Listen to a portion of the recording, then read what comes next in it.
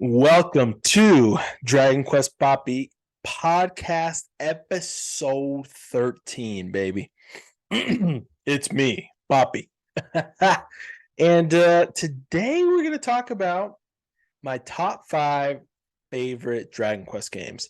So, actually, while I was thinking about this subject, um, I was kind of trying to look up some of my older videos just to make sure I don't contradict myself because I feel like the number kind of changes, like the order, like my top 5 at least, every now and then. I don't know why. Maybe it's just because I remember certain things, from certain games, and then I forget, and then I remember other things. I don't know, but my number one for sure never changes for sure.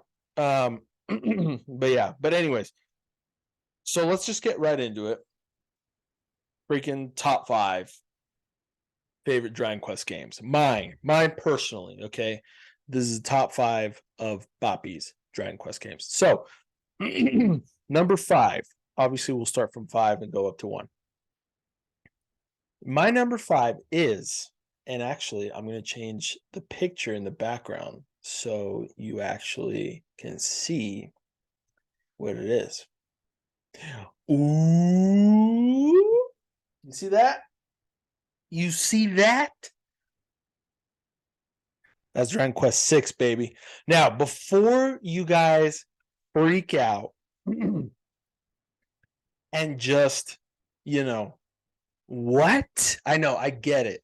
Nobody has this game in their top 5. Nobody. I understand that. Like, if you do, let me know. And if you don't, also let me know. But basically, listen, I love all the Dragon Quest games, every single one of them. But one thing I really like about specific games is vocation grinding. So, out of the 3 Zenithian games, I would agree with people in saying this probably has the weakest story. I agree with that. Characters, I think it's up for debate because these characters are fantastic for sure. Out of all the characters, probably from 4, it's the most beloved from like fans in general in the community. But um, I would argue this is either the second. This is probably the second best out of the cast from the Zenithian trilogy.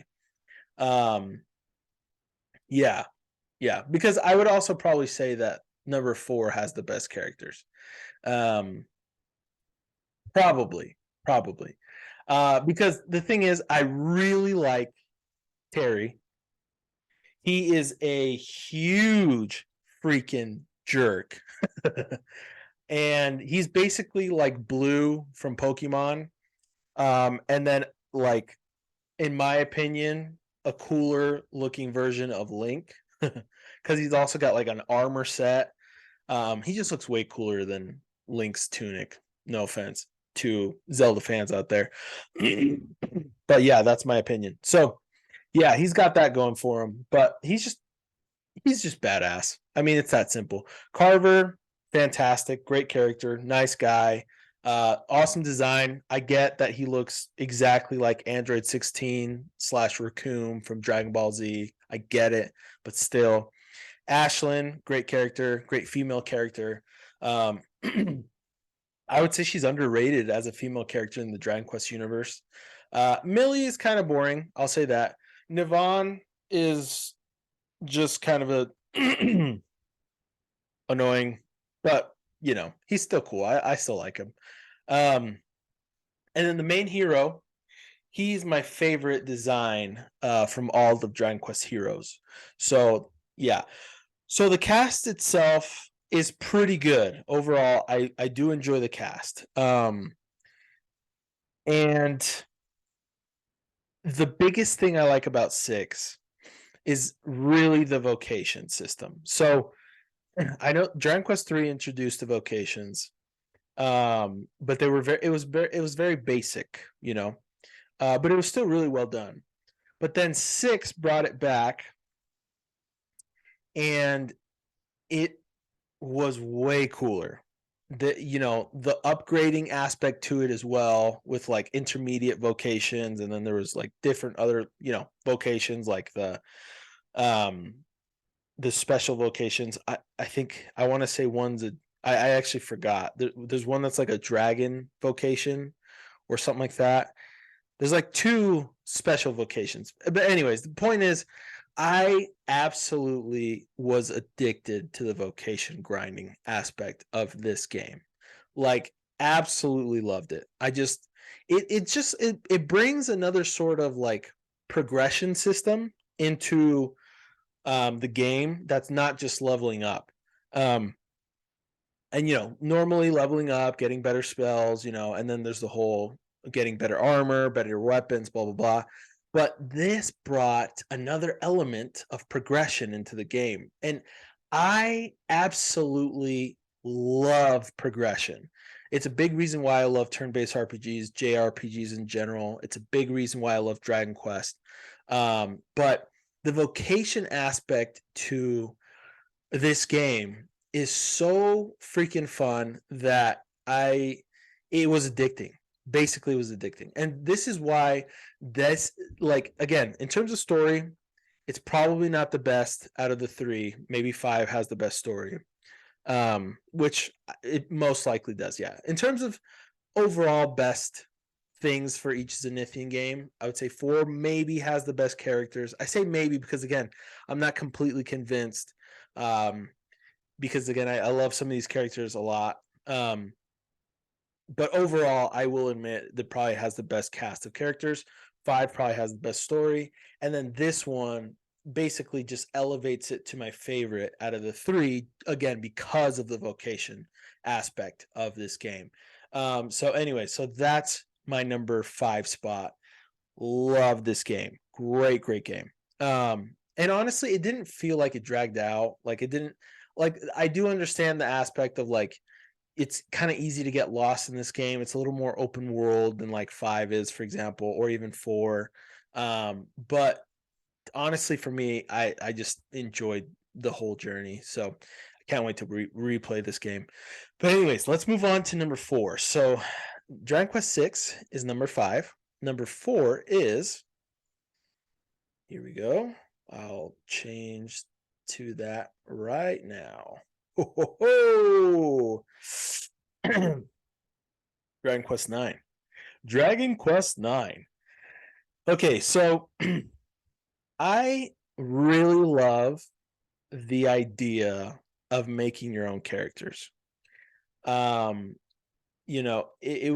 something that for me adds a little bit more personality to my party. At the end of the day, I honestly don't know if I prefer a cast of characters that's like written, and then through the journey you get to learn more about the character, you get to see their personal growth, their background, learn more about them, blah blah blah. Or if I prefer just kind of, you make your own characters and then you obviously base them off of people that you love or that or not. I mean, some people just make goofy characters, which is fine, to each their own. I always do the opposite. I always do, just people that I love or are in my family or whatever. But I really like that. I really like that aspect of this game. The character creation, I think, is, it's not like the craziest character creation of all time, but it's good enough to where you get to kind of make the characters look somewhat like people that you like, for example, and so I really enjoy that aspect. Besides that, the story itself wasn't necessarily the best story. Honestly, it's probably not like in my top 5 favorite stories of Dragon Quest games, but the gameplay is very fun. It's very fun. The graphics I enjoyed very much. And to be honest, I haven't even done any post game from this game at all, like the DLC or the post game. Like, I played this game quite a bit. I beat the main story, and there's still a lot for me to do in this game. Um, and I really want to go back and do that stuff and, get all the DLC and blah, blah, blah. But I absolutely enjoyed this game. Super, super fun. The other thing I really liked about it too is like, again, and this comes down to the whole the character customization, where like you put on a piece of armor or weapon and you literally have that on your character. Again, it adds just a little bit more personality to like, and more customization to your characters. And again, absolutely love that aspect of this game. So yeah, so really enjoyed 9. Like I said, I want to go back and play the full game. I want to beat all of it eventually. So yeah. And if they remake this game, oh my gosh, that would be even more incredible and might actually go up on the list at that point. So anyway, so yeah, Dragon Quest 9 is number 4. All right, number 3. Let's move on to number 3. So number 3 is the following. Boop. What? Okay, I can already hear everyone freaking out. I can already hear it. Trust me, I get it. It's like, wait, what in the hell is going on here? Again, totally understand. And I'm going to say one thing first of all. I think, in terms of casts of characters, this is probably the weakest cast of characters. And I am including Dragon Quest 2 as well. Because I actually still very much enjoy the Prince of Cannock, and the Princess of Moonbook doesn't have too much personality, but basically this cast of characters is probably the most boring in my opinion. Ruff is definitely my favorite from this cast. Kiefer was cool, but he leaves you forever, and we get his daughter, which is great, but Maribel was just annoying. I forgot Mervin, I think his name was, just an old dude. It's an okay cast. It's not the best cast, sort of thing. But and let me say another thing. The story in this game is not good. It's enjoyable, but it definitely drags on quite a bit. The pacing in this game is horrible. Now, everything I've said about this game is very negative. I totally understand that. But, and this goes back to my love for vocation grinding. I absolutely love this vocation system. So, the moment you unlock vocations, this game basically, it's like Dragon Quest 6, but like a perfected version of it. Like, now I don't know if I'd say perfected, but it's a better version of Dragon Quest Six's vocation system. So it's just more polished, I feel like. It's just better. Now, I will totally admit this right off the bat and say that I've only played the 7 remake for the 3DS. I haven't played the PS1 version. And I have heard that there's people that prefer the PS1 version because apparently there's some differences with like the vocation system or things like that. But again, I haven't played that version, so I couldn't tell you. But I really enjoyed the battling in this game. The graphics were fantastic. And then the vocation grinding, bro. Again, that in itself just completely hooks me. Like, I was so addicted to vocation grinding in this game that I didn't even realize how long I played this game. I think I could be wrong, but I don't know if it was 100 hours. It might have been less. I don't remember, to be honest, but I put a lot of time in this game, and I understand this game takes around that much time to beat anyways.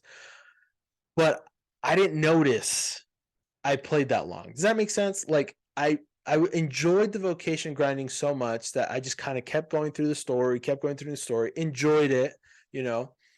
But I was so focused on vocation grinding and progressing, right, in the story and with the characters, with the vocations, that all of that just kind of like I didn't care too much about. You know what I mean? So again, I absolutely love this game. Fantastic game. Um, and again, it's mostly because of the vocations. So, anyways, yes. And the cool thing too about this game is the monster hearts because it's kind of like it's kind of like vocation grinding, but it's a little different because the thing is, it's like you have to get better monster hearts, you have to continuously explore the game, continue on the story, but also exploring the game. Which, if you're a Dragon Quest fan or any turn-based RPG or any RPG or any JRPG fan, you know that exploring is essential. But that's another progression sort of system. It fits into the vocation grinding because it's basically a vocation grinding aspect of the game, anyways. The monster hearts, but for example, my first playthrough, Rough, I just 100%. I worked him up to Monster Masher at first, and then I realized I kind of got stuck. But instead of going back around and like going to change him up to like champion or whatever or hero, I actually just made him learn Monster Hearts. Like, and then he was just Monster Hearts all game. And at the end of it, he just, was OP as hell. So yeah. So yeah, it's fantastic. Absolutely loved this game for that. So yeah. This is my number 3. My number 2 is the following. This one might be more that this one might make more sense for people. Okay, so here it is. Oh my gosh, I'm blocking out the best character. There he is. There he is. Yangus. Yangus is our boy. Okay, so Dragon Quest 8. This shouldn't be too much of a surprise for people. I know this is a lot of people's favorite game to this day. And it's at least in people's top 3/top 5, like for sure. I know that for a fact. I mean, it's really hard for that not to be the case. This game is glorious. It's amazing. Now, I will say this as well. I have not played the PS2 version. I get it. What? How? How? Okay, I'm sorry. I only played the PS3 the PS3, the 3DS version twice. I've played it twice, I beat it twice, and then the second playthrough now, I haven't played it in a while, but I am wanting to finish all the Dragovian trials, and unlock everything, with the Dragovian trials at least, because some of the post game in this game is just ridiculous, especially with like the Stella stuff. It's just stupid. So I'm not planning on doing that, but I would like to complete the Dragovian trials. So I will eventually do that sometime in the future. But this game is fantastic. Now, honestly, this cast of characters is definitely one of the best. Overall, I know everyone would agree, but the 3DS version also gives us the opportunity to play as 2 more characters, Red and Mori.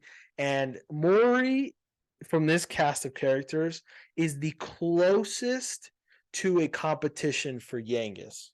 He's the closest for sure. Like, Yangus still wins. And I know that's like the boring classic answer. Everyone loves Yangus. I get it. But it's just the truth. He's just our boy, bro. He's just amazing. But Mori is also a fantastic character. Super freaking fun. And then Angelo's got a great story as well, great character. Jessica's okay. Honestly, out of this cast, I think she's the boringest of the characters. Her or Red. Honestly, the females in this game are not that well written. So, no offense. I just personally, yeah.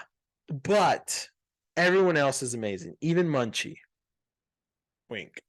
But yeah, the characters are great. The story's fantastic. The like it, there's not a vocation system, but there's like basically kind of like 11 where it's like but like a more basic version of it. You know, each character's got specific weapons that they can equip, and then they basically just like level up that weapon's like skill tree, and they learn better abilities, better spells, you know, passive abilities, passive spells, blah blah blah. Or you know what I mean. But basically, that's kind of like they went from vocations into like this system, and honestly, it was pretty good. It was a good system. It was pretty fun. I think it fits really well with this game's like characters, because each character's got specific weapons that they can equip, but because each character also fits into a specific role, um you know, and so everything just kind of makes sense. But it's a great game. It's a fantastic story. The characters are phenomenal. The world is beautiful. All of the extra content is really fun as well. It's just a fantastic game. Absolutely gorgeous, fun, classic game. So yeah, Dragon Quest 8, number 2. So my number 1, and this might be surprising to some people, might not be, who knows. And I know one thing for sure is going to happen. After you see my number 1, you're going to ask where a specific game is and why it's not on this list, and I'm going to talk about it. But my number 1 is Dragon Quest 11. Yeah. Yeah, bro. Okay. Okay. So I know what you're thinking. Where the hell is 5? Where the hell is 5? Okay. Listen.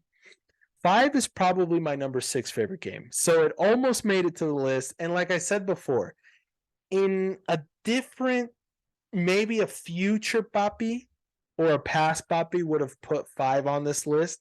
But just as of this recording right now, this is my list. Okay. So, anyways, 11S is my personal favorite game. I think it's absolutely incredible.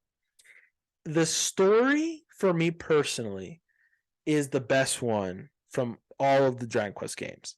The pacing is great. It's not like perfect, but it's great. I think in terms of pacing, out of all the games, it's probably the best one. 5 is also really good pacing, but I think all of the other positives of this game just also makes it so much more enjoyable, or the pacing feel still great. You know what I mean? The graphics are just gorgeous, and I should say I've only played 11S, the definitive edition of this game, and so I honestly don't know.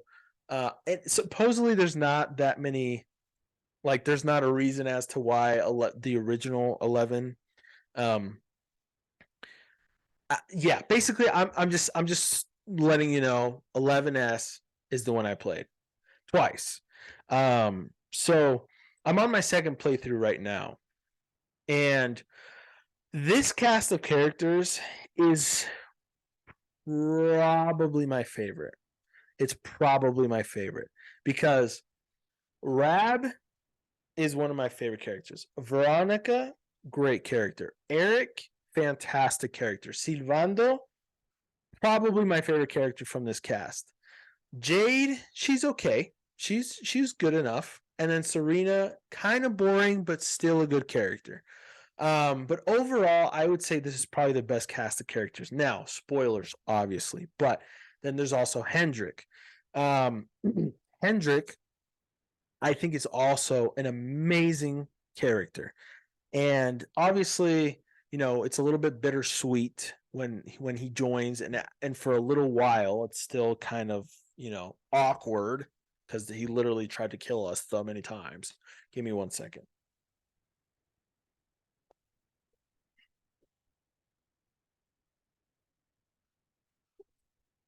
Oh my gosh. That was like the worst way to drink water. Excuse me. So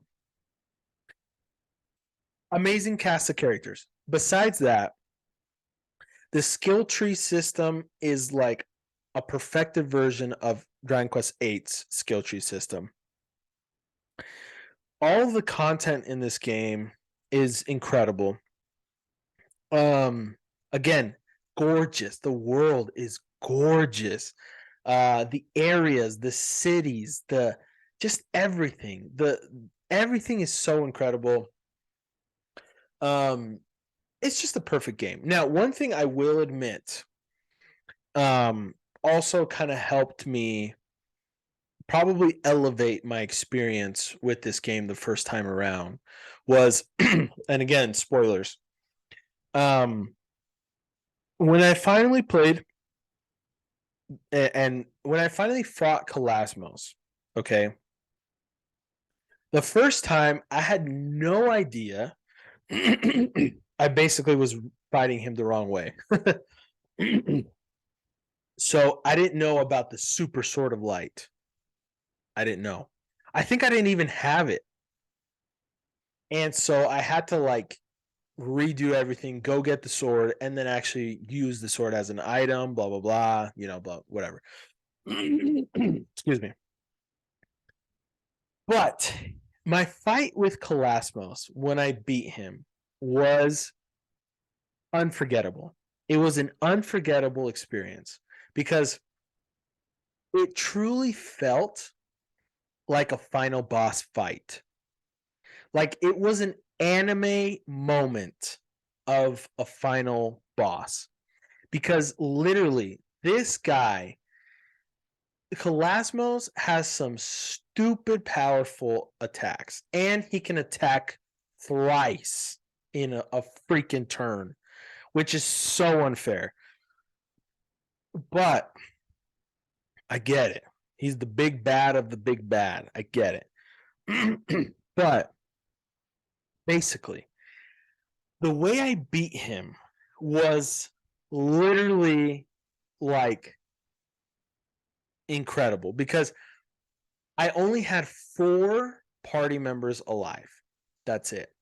Everyone else was dead. But the thing is also, every single party member that was alive was about to die. Literally, if one more turn would have passed, we would have been dead. 100%. I got so damn lucky. I don't even exactly remember the exact situation that happened, but the only reason that I won was because I was able to have my whole party pepped up and we used the pep power Kazapstrophe. And it was literally like if this attack didn't kill him, we were gonna die. Like we would have lost 100%. So everything was banking on this last attack. Again, it literally felt like an anime. And we did the attack and we beat him. And I was like, it was like, again, it was like winning a sports, tournament, like whatever kind of like just like big moment that like you feel just a rush of adrenaline after you win or whatever. It was one of those moments for me. It was incredible boss fight.